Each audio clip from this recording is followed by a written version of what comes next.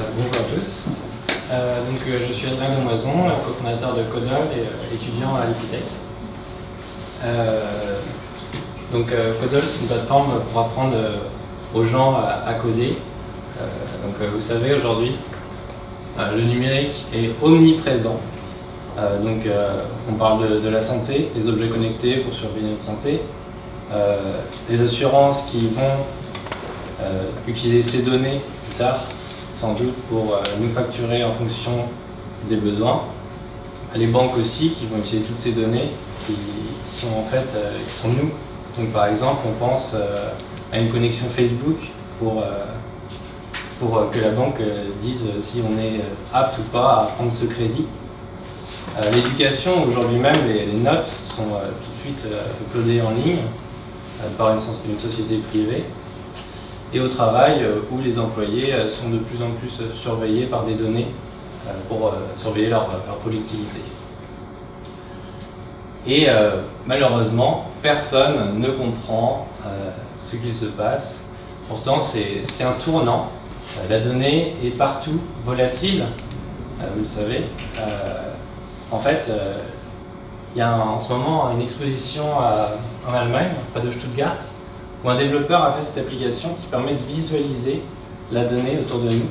Donc vous tournez votre iPad avec le gyroscope, vous pouvez voir ce qui se passe, donc les ondes Wi-Fi par exemple. Donc vous savez, votre téléphone est connecté à l'antenne relais en ce moment même, donc il communique.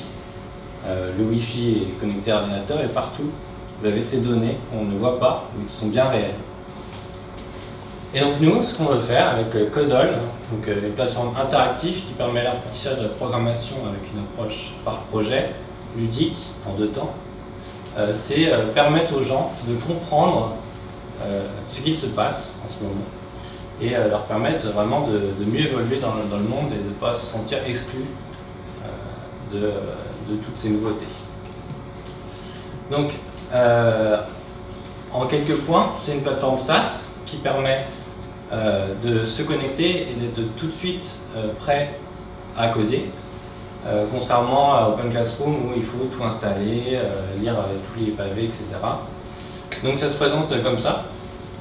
Donc on a une interface où on nous explique petit à petit comment avancer, comment progresser, et à côté on peut soi-même toujours essayer.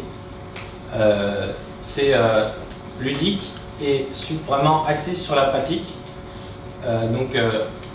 Si on reprend cette slide là, à chaque fois vous allez tout simplement apprendre une petite notion et tout de suite c'est à vous, allez-y, regardez comment ça marche, essayez de modifier un petit peu.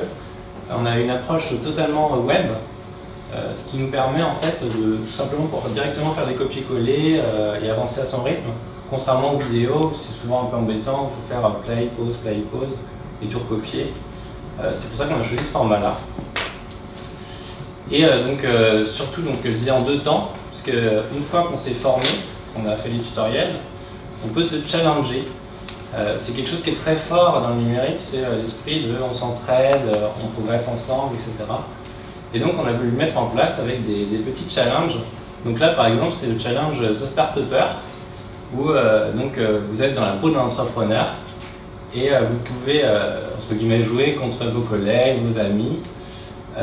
Et donc là, vous avez une start-up et dans la vraie vie, il y a des besoins marchés. Et donc là, on les caractérise par des petites équations, donc je vois 5 plus 2. Et vous devez coder un programme pour résoudre ces petites équations.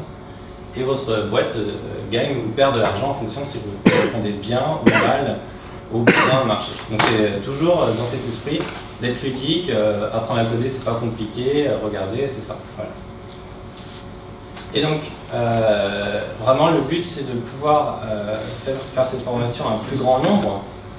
Parce qu'aujourd'hui, si on prend par exemple dans les entreprises, les formations sont très chères puisqu'on déplace quelqu'un. Là, c'est vraiment facile à installer. Dans les écoles aussi, où aujourd'hui on insiste pour que les étudiants apprennent à coder, malheureusement, c'est le prof de physique ou le prof de mathématiques qui s'y colle et c'est pas sa formation de base. Donc c'est un peu celui qui sait déjà bidouiller Donc le but ici, c'est de leur apporter une plateforme qui leur permet de